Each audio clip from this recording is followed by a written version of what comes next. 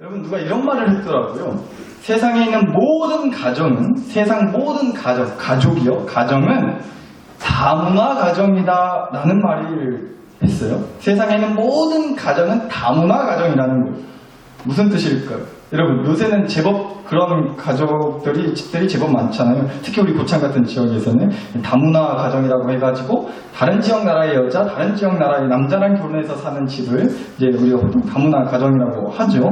근데 저는 사실 참 이해가 안 되는 게 뭐냐면 뭐 국제결혼이고 다문화 가정이라고 하는 이런 걸요. 예전만 하더라도 그러면 안 되는데 왠지 모르게 좀 이렇게 흠이라고 생각을 하고 이 주변에서 시시하는 좀 그런 분위기가 있었던 것 같아요. 근데 아무리 생각해도 그게 무슨 흠이고 그게 뭐 비밀로 조심히 얘기할 일인가 싶더라고요. 전혀 그렇지 않죠. 가정을 꾸린 거잖아요. 축복받을 일인 건데 전혀 안 좋게 생각하면 안 되는 겁니다. 다문화 가정이라고 해서. 근데 여튼간에 서로 다른 나라의 사람들끼리 만나서 부부가 되고 가정을 꾸리면 이제 우리가 보통 이제 다문화 가정이라고 하는데요. 그렇게 꼭 뭐 다른 나라 남자 여자끼리 결혼한 그런 가정만 다문화 가정이 아니라 세상에 있는 모든 가정이 다문화 가정이다 라는 얘기인 거예요. 여러분 같이 사는 남편이라고 하는 그 인간이랑 어떻게 말이 잘 통하세요? 분명 같은 대한민국 사람인데 이렇게나 서로 말이 안 통할까 싶을 때가 있지 않으세요? 사와디카, 콩콩카, 외국에서 왔어요. 이런 게 뭔지 외국말 하는 것처럼 외국 사람이랑 대화하는 것처럼 이 말이 안 통한다 싶을 때가 정말 서로 다른 나라 사람인 것 마냥 심하게도 말이 안 통해서 속이 뒤집어진다 싶은 때가 있죠. 네, 주여 있습니다. 어쩔까요? 근데 뭐 남편을 대표하는 입장에서 남편들도 할 말은 많습니다. 네, 저의 생명의 안전을 위해서 더는 말하지 않겠어요. 저도 살아야 되니까요. 여튼간에 여러분 세상 모든 가정이요 다문화 가정이라고 하는 건요 꼭 정말 무슨 나라가 서로 달라서가 아니고요 모든 사람은 그러니까 각자마다 서로 생각이 다르고 서로 주장하는 게 다르고 각자마다 자기가 더 좋아하고 더 중요하게 생각하는 게 서로 다를 수밖에 없기 때문에 같은 한국 사람끼리 결혼을 하고 애를 낳고 가정을 꾸리고 살아도요 마치 서로 다른 나라와 문화의 사람들끼리 만난 것처럼 때로는 말이 안 통하고 생각이 안 통하고 의견이 안 통하는 그런 충돌에 또 소통의 어려움의 문제를 겪게 된다. 뭐 그런 뜻인 거예요.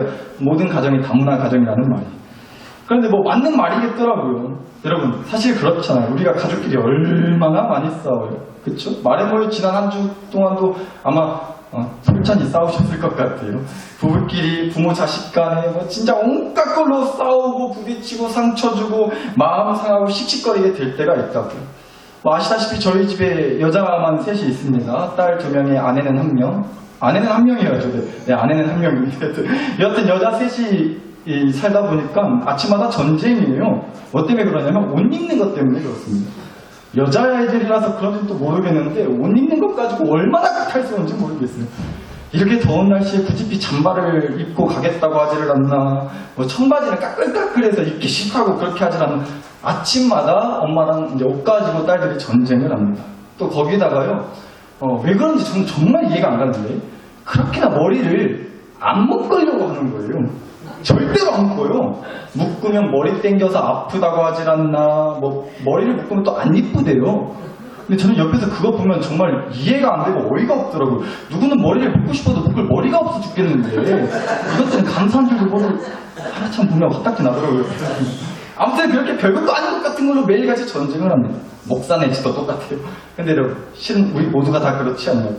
사실 지나고 보면 진짜 별거 아닐 수도 있어요. 그런데 그때는 그것 가지고 서로 죽네, 마네, 죽이네, 살리네 진짜 평생 안 볼 사이처럼 그냥 생판 남들 사이처럼 그렇게 싸우고 또 화내고 지지고 볶고 이렇게나 말이 안 통하고 마음이 안 맞는 우리 집은 무슨 가정이다? 다문화 가정이라고요. 예, 오늘 설교 결론 나왔습니다. 여기까지 하면 될 것 같아요. 우리 집은 다문화 가정이다.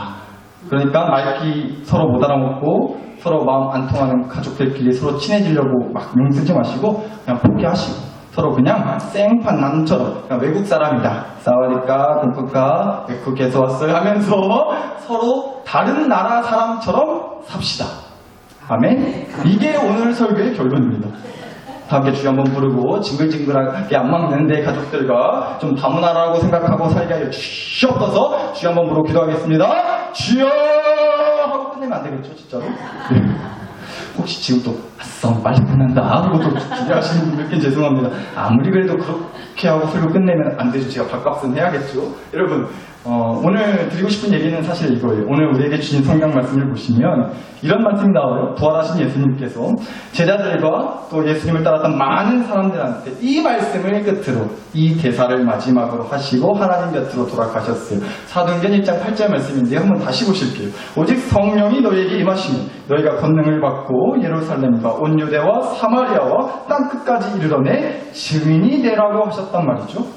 근데 여러분 예수님께서 하신 이 땅에서 하신 마지막 대사예요, 이 말씀. 근데 이 말씀을 보시면 당시에 실제로 이 자리에서 그 자리에서 예수님한테 이 말씀을 직접 들었을 제자들 사람들 귀에 굉장히 거슬리는 말이 하나가 중간에 나와요.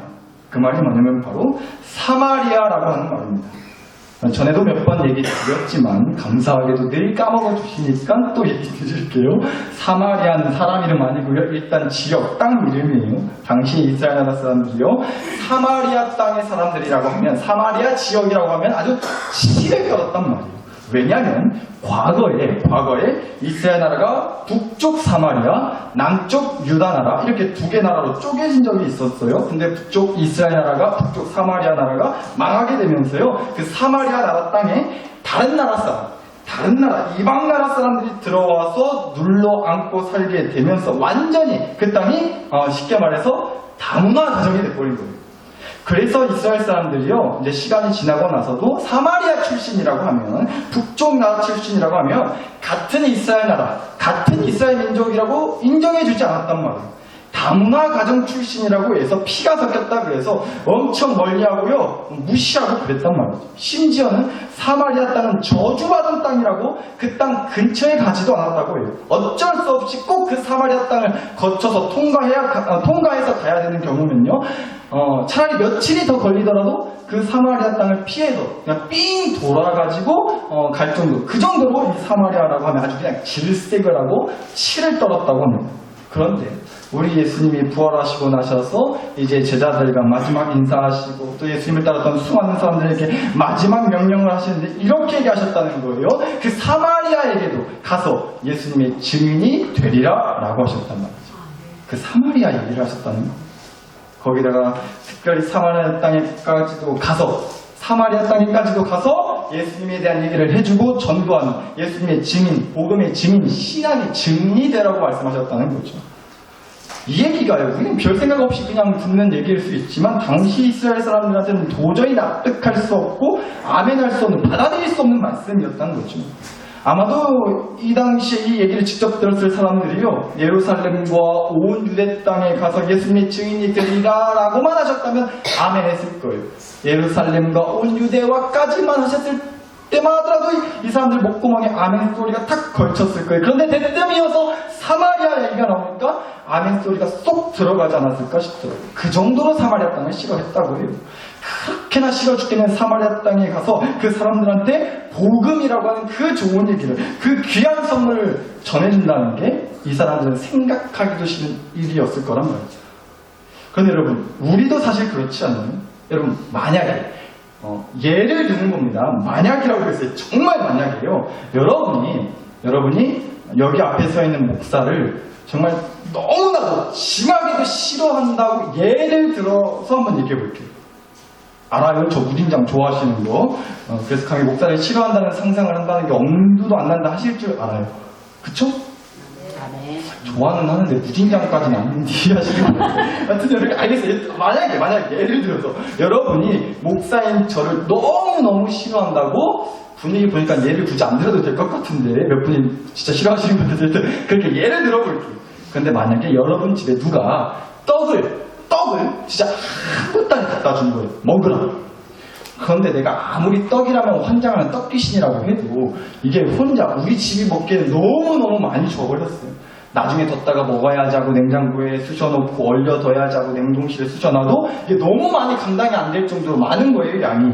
그런데 그때 하나님께서 마음에 감동을 주셔가지고 그래요, 이 떡을 주일날 우리 교회에 가지고 가서 교회 식구들한테 하나씩 나눠주면 좋겠다. 여러분 표정에 한 번도 그런 감동을 안 받아보셔가지고 지금 저건이 뭔 얘기인가 싶으신 것 같은데, 만약에 그런 마음이 들어서 그런 감동이 와서 주일날 교회에 오셔가지고 정말로 교회 식구들한테 하나씩 떡을 나눠준다고 예를 들어보자고요. 그런데 여러분이 목사를 너무 싫어하시잖아요.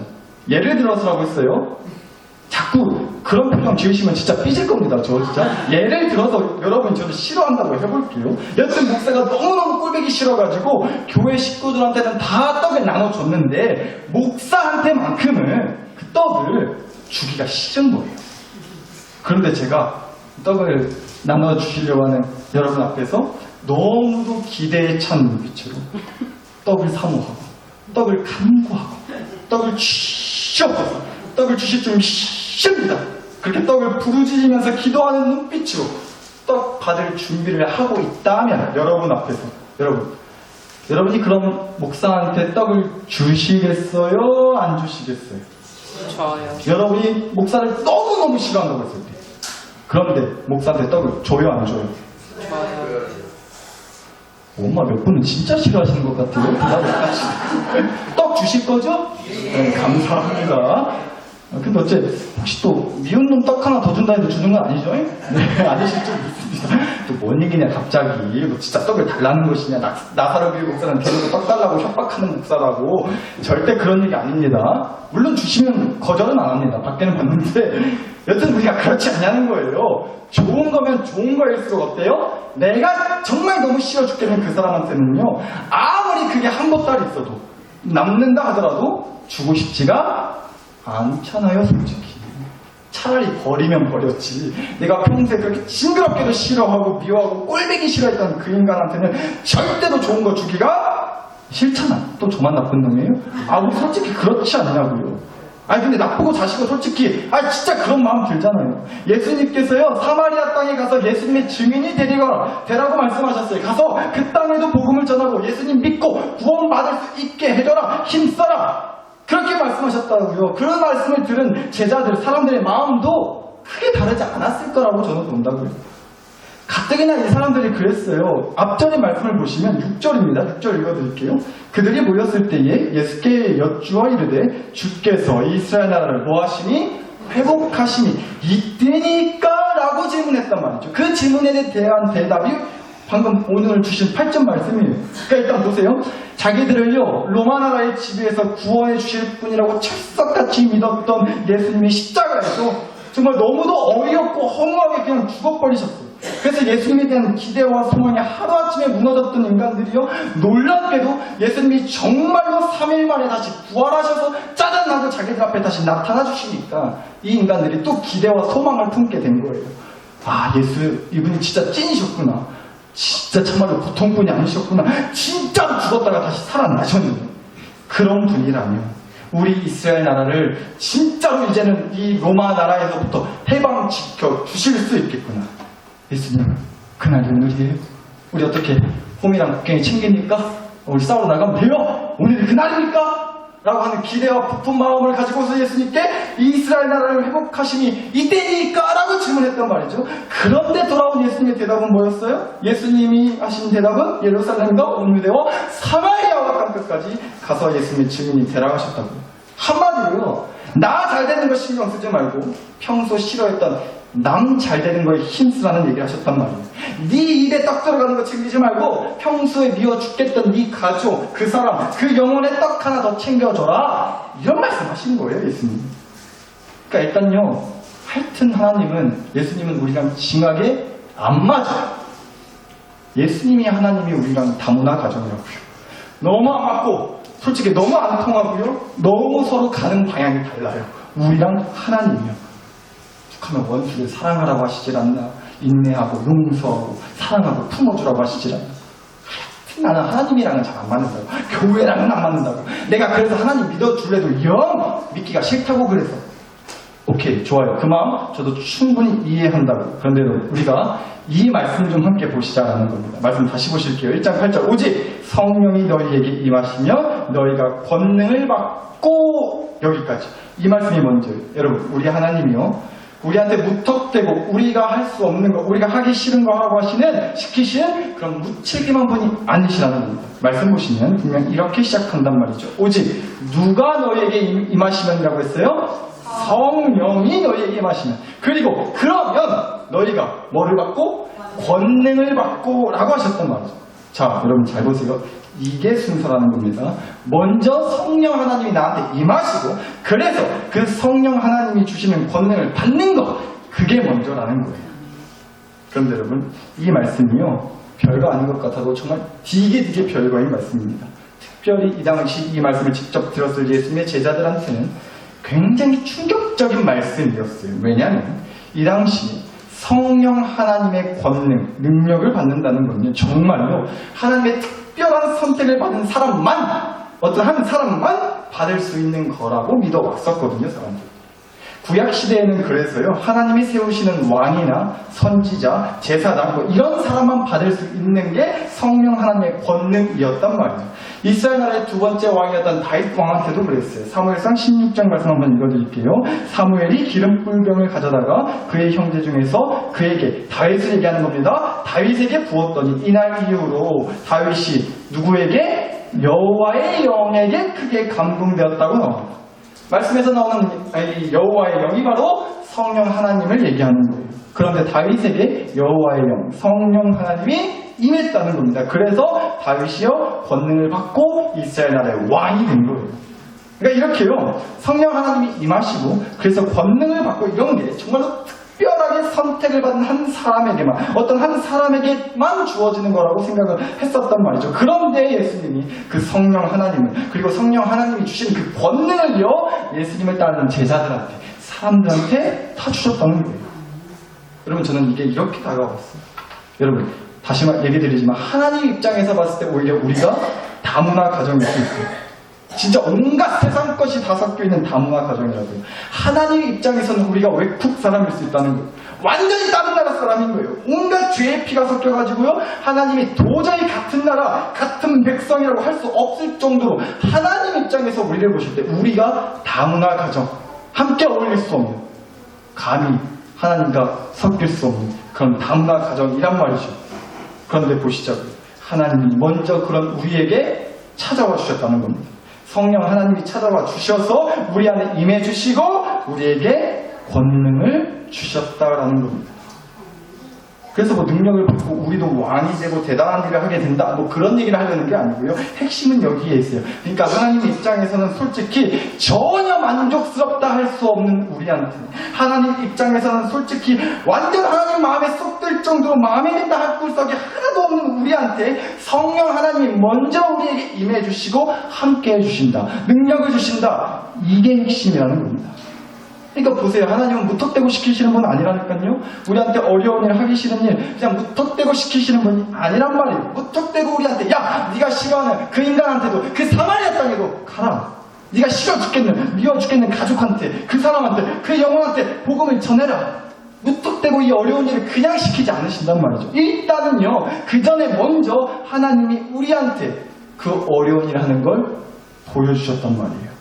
죄 없으신 하나님이 죄투성인 우리와 함께 놀아주시고 우리와 함께 지지고 볶고 같이 어울리고 함께 해주시는 거, 먼저 하나님이 그렇게 사마리아 땅 같은 우리에게, 우리의 삶에 다가와 주셨고 함께 해주셨다, 이 얘기입니다.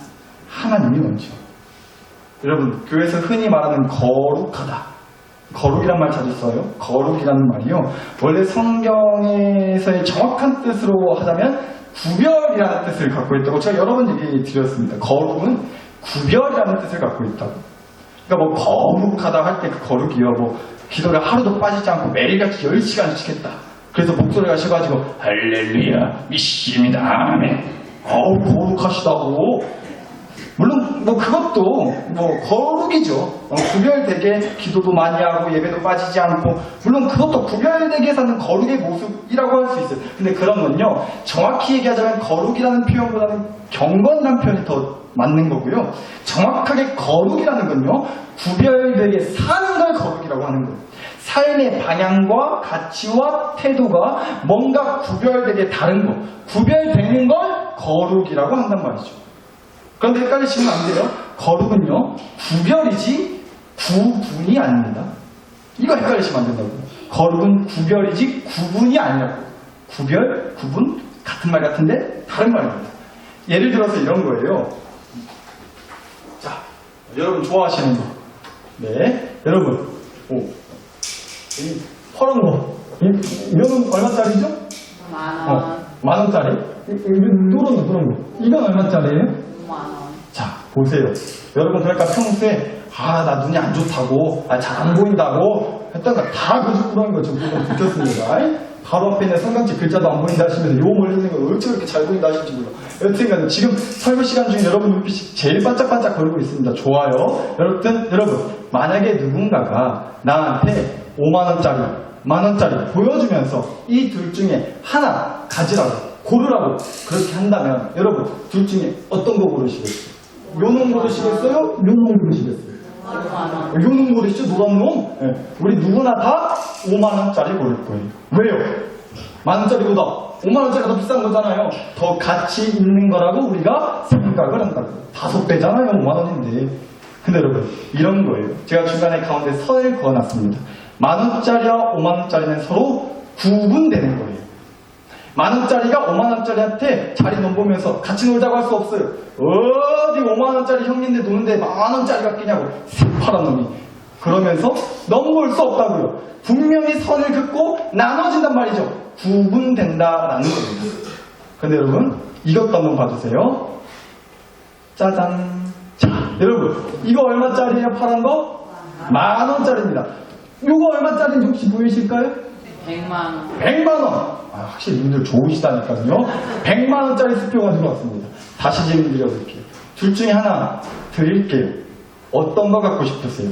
요 놈 갖고 싶으세요? 요 놈 갖고 싶으세요? 10,000원. 이거 100만원짜리 스프인데요? 가짜. 그래도요? 진짜일 수도 있지 않나요? 이렇게 큰 게 나왔을 수도. 죄송합니다. 제가 위조 한번 했습니다. 이해하고 봐주세요.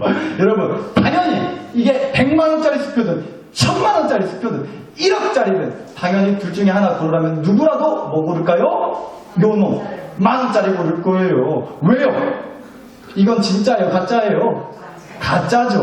아무리 내가 돈에 감각이 없다도 이거 가짜인 건 다 아실 거예요. 이건 누가 봐도 분명한 가짜고 이거 위조한 거 아닙니다. 진짜란 말이죠.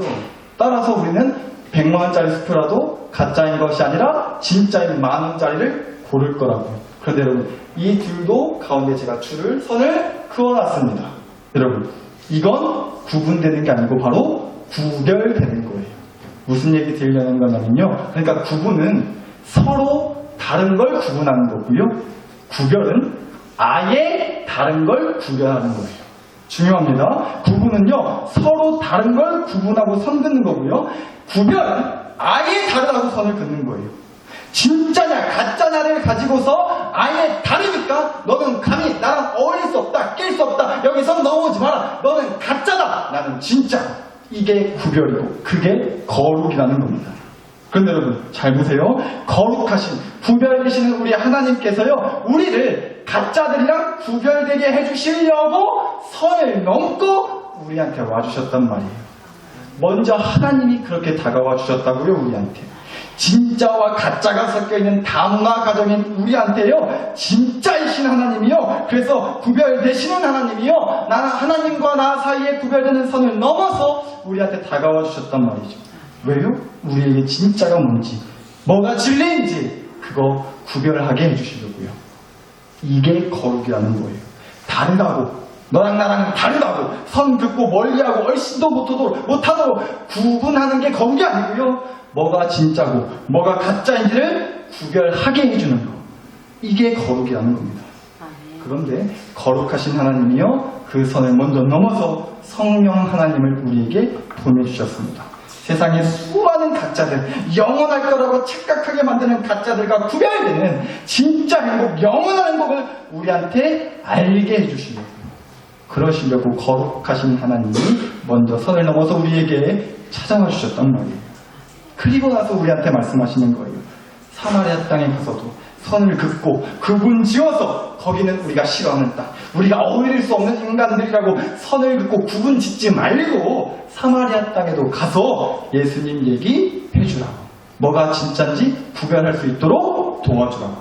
중간에 선 딱 긋고 구분하고 나누지 말고 그 선을 넘어서 가가지고 뭐가 진짜고 뭐가 가짜인지를 구별할 수 있도록 가서 알려주라고. 하나님이 먼저 우리에게 그렇게 찾아와 주셨던 우리도 먼저 내 가족에게, 그 사람에게, 그 영혼한테 그런 마음으로 찾아가 주라고, 가서 예수님 얘기 전해주라고 하신 얘기라고. 자, 그런데 여러분, 여기까지 들으시면 또 괜히 마음에 부담 느끼실 수 있을 줄 압니다. 이 말씀도 이렇게 또 오해하셔서 괜히 부담 가지시면 안 됩니다. 예수님이 분명히 이렇게 얘기하셨다고요. 그리고 가서 예수님의 증인이 되라고 하셨단 말이에요. 이 얘기는요, 그러니까 가서 뭘 하려고 하라는 얘기가, 뭘 하라고 하신 얘기가 아니란 말이에요. 어마무시하게 많은 것들을 가서 해주고 도와주고 베풀고 하여튼 해야 될 게 무진장 많으니까 너 마음 준비 단단히 하고 가서 온팡 해주고 하라니, 이런 뜻으로 하신 말씀이 아니라고 저는 봅니다. 그러니까 혹시라도 괜히 부담스러운 마음을 느끼셔가지고 아유 오늘 설교는 텄어. 전도하라는 말을 뭐 저래 삥삥 돌려서 하냐고 귀를 막지 마시고 잘 들으세요. 여러분, 오늘 주신 말씀에서 분명히 예수님이 이렇게 말씀하셨단 말이에요. 가서 예수님의 증인이 되리라 라고요. 증인이 되리라 라는 말씀은요, 우리한테 뭘 하라고 하신 말씀이 아니란 말이에요. 예수님의 증인이 되리라는 건요, 저는 이렇게 해석이 됐어요. 예수님을 믿는 걸 보여주는 증인이 되라는 말씀인 거예요. 뭘 하라는 게 아니고 보여주라는 겁니다. 증인은 가서 증언하는 사람이에요. 내가 이런 걸 받고 이런 걸 겪었고 내가 이렇게 산다는 걸 말해주고 보여주는 사람이 증인이란 말이죠. 예수님을 믿는 믿음이 얼마나 기쁘고 든든하고 위로가 되고 힘이 되고 행복한 건지를 보여주는 증인이 되라는 겁니다. 마치 이런 거예요. 여러분, 나사렛 교회 목사 얼굴이 흔하게 잘생겼다고 그냥 얼굴에서 반짝반짝 빛이 난다고 100번 1000번 모든 사람한테 가서 말해주는 것보다는요, 제 사진 찍어가신 다음에 핸드폰 있으신 분들은 지금 찍어가세요. 찍어가신 다음에, 제 사진 찍어가신 다음에 가서 사진 보여주면서 보라고. 인물이 훤하지 않냐고. 머리도 훤하고 참 이렇게 잘생겼다고 그렇게 말씀하시면서 내가 우리 목사님이 이렇게 얼굴이 잘생겨서 교회를 딴 데로 못 옮긴다고 하실 때 전도가 되는 거예요. 죄송합니다. 이렇게까지 분위기가 안 좋을 줄 몰랐어요. 여하튼 그런 거라고요. 여러분, 내 가족한테, 그 사람한테 할 수 있는 최고의 전도는요, 저는 다른 것보다도 이거라고 믿어요. 교회 다니라고 하나님 믿으라고 할 게 아니라 교회 다니는 걸 보여주는 거예요. 하나님 믿으라고 하는 게 아니라 하나님 믿는 걸 보여주는 거예요. 그 보여주는 걸 도전하시자고요. 예수님 믿고 사는 인생이 얼마나 든든하고 힘이 되고 행복한지를 보여주는 거를 매일같이 도전해 보시는 거예요. 그게 최고의 전도라고 저는 믿어요. 아무 get도 없는 요새 집에 큰일이 났는데도 어째 저렇게 꾸역꾸역 잘 사냐, 어떡해? 에이, 거기 교회 다니잖아. 교회 다닌 지 오래됐어, 그치? 주일마다 교회 가서 한바탕 눈물 콧물 쏟고 기도한다더만. 그 기도 덕분에 그래도 꾸역꾸역 사는 값소. 그 소리 한번 듣는 거예요. 그게 예수님의 증인 되는 거예요. 그러니까 혹여라도 부담 갖지 마시라고. 여러분의 가족 구원을 위해서, 그 영혼 전도하기 위해서 내가 그럼 이제 뭘 해야 되냐고, 뭘 그렇게 또 많이 해야 되냐고 하는 그런 부담감에 결국 아무것도 못하고 포기하고 그러지 마시란 말입니다. 그저 우리 보여주는 걸 도전하시자고. 하나님 믿고 사는 인생은 그럼에도 반드시 행복할 수 있다는 걸 보여주기로 도전하시는 저와 여러분 됐으면 좋겠습니다. 여러분, 누가 이런 말을 했더라고요. 우리는요, 진짜 그런 것 같아요. 내가 남을 들여다보는 건 괜찮아요. 내가 남들 보는 건 괜찮은데 남이 나를 들여다보는 건 굉장히 싫어요. 그럼 부담스러워하죠. 불편해하고요. 꺼려진단 말이에요. 남이 나를 들여다보는 걸 우리는 싫어하죠. 맞는 말이잖아요. 여러분, 자동차들 보면 유리창에 선텐 아주 그냥 진하게 시꺼멓게 해가지고 밖에서 안을 못 보게 많이들 해놓잖아요. 그래서 가끔 그럴 때 있어요. 근데 차 안에 아무도 없는 줄 알고, 차 유리창 보면서 이 고춧가루 꼈나 안 꼈나 이렇게 보다가 갑자기 유리창 쭉 내려가면 안에 사람 있는 거 봤을 때 얼마나 민망하고 뻘쭘해요. 그 정도로 이제 유리창, 자동차 그 유리창은 선텐을 시꺼멓게 해가지고 밖에서 안이 잘 안 들여다 보이도록 하죠. 왜요? 내가 남 보는 거 괜찮은데 남이 남 보는 건 솔직히 싫거든요. 사랑 나사렛 교회 식구여도. 그런데 우리가 하나님한테도 그럴 때 있는 것 같아요. 내 영혼과 인생의 유리창을 아주 그냥 시꺼멓게 썬텐하는 거예요. 그런데요, 하나님은요, 귀엽고 우리 차 안에 선을 넘어 들어와 주세요. 왜요? 거룩하게, 구별되게 해주시려고요. 뭐가 가짜 행복이고 뭐가 진짜 행복인지를 구별하고 그것을 바로 알게 해주시려고요. 그리고 나서 우리에게 말씀해 주시는 거예요. 희태가, 내가 너한테 진짜 행복이 무엇인지를 구별할 수 있게 해준 건 너도 그 영혼에게 뭐가 진짜 행복인지를 구별시켜 주라고 먼저 내게 뭐가 어떤 행복이 진짜 행복인지를 구별하게 해준 거다. 그러니까 여러분, 우리가요, 설사 내 가족이, 그 영혼이 나한테는 정말 끔찍이도 가까이 하고 싶지 않은 사마리아 땅 같을지라도요, 구분해서 선을 긋기보다는 그 선을 넘어서 가짜 행복과 진짜 행복이 뭔지를 좀 내 가족도, 내 사랑하는 아들, 딸도, 남편과 아내도, 내 가족들도, 교회 식구들도, 그 영혼도 좀 구별할 수 있도록 우리가요, 딴 거 하려고 하지 마시고 보여주시자고요. 예수님이라는 진짜 행복을 구별해서 사는 인생이 얼마나 기쁘고 든든하고 힘이 되는지를 보여주시자고요. 전도는 그 보여주는 걸 도전할 때 시작될 거라고 저는 믿습니다. 따라서 이 시간 함께 기도했으면 좋겠어요. 하나님, 사마리아 땅 같은 우리한테 선을 긋고 구분짓지 않아주셔서 감사합니다. 오히려 그 선을 넘어서 진짜 행복을 구별할 수 있는 믿음을 선물로 갖고 찾아와 주셨으니 먼저 우리가 예수님이라는 진짜 행복을 구별할 수 있게 해주는 그 믿음의 선물을 잘 받고 잘 갖고 살게 하여 주시옵소서. 그리고 우리도요, 사마리아 땅의 사람들처럼 아주 그냥 징그럽게 믿고 싫어서 선 긋고 싶은 내 아들, 딸, 아내, 남편, 내 가족들에게, 내 교회 식구들한테, 그 영혼한테 구분하는 선을 이제는 넘어서 진짜 행복이 뭔지 구별할 수 있는 그 믿음을 그 영혼도, 내 가족들도 가질 수 있도록 내가 그 영혼에게 구별된 행복, 구별된 기쁨, 구별된 평안, 구별된 은혜를 누리고 사는 모습을 보여주며 사는 인생이 되게 하여 주시옵소서. 함께 주신 말씀과 은혜를 가지고 함께 이 기도 주여 한번 간절히 부르짖고서 하나님께 올려드리겠습니다. 우리 주여 부르고 기도합니다. 주여